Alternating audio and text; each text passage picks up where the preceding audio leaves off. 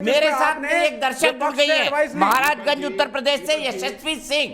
यशस्वी बताइए, संसद चलनी चाहिए या नहीं चलनी चाहिए? एक मिनट, दोनों रुक जाइए प्लीज, मैं दोनों का वाक्य युद्ध नहीं बनाना चाहता। बहुत बहुत धन्यवाद सर।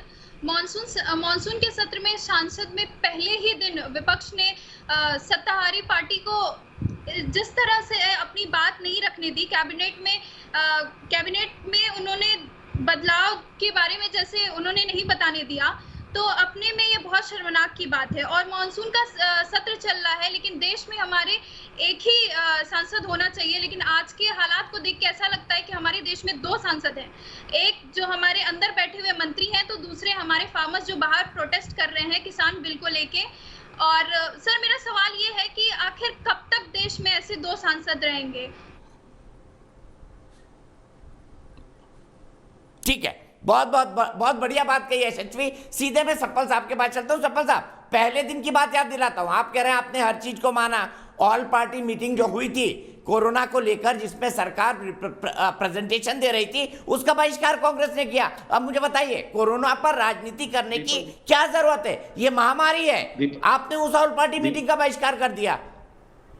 नहीं दीपक जी, यहाँ पे बहुत सारी चीजें जो है ना तथ्यात्मक गलतियां हैं। एक की पेपर पहले दिन नहीं पढ़ा गया, वो चौथे दिन था, वीरवार। दूसरी बात, ये कहना गलत है कि विपक्ष को मालूम नहीं था कि उस पेपर में क्या है। उस पेपर में वही स्टेटमेंट था जो सोमवार को आईटी मिनिस्टर ने लोकसभा में दिया था। 3:20 पे ये पहली बार खबर आई थी कि जासूसी का कोई केस है। फाड़ने को कहां तक उचित बताएंगे आप? फाड़ने को वो भी डॉक्टर शांतनु सेन की तरफ से कितना उचित बताएंगे? बात सुन लीजिए, पूरी बात सुनिए पहले।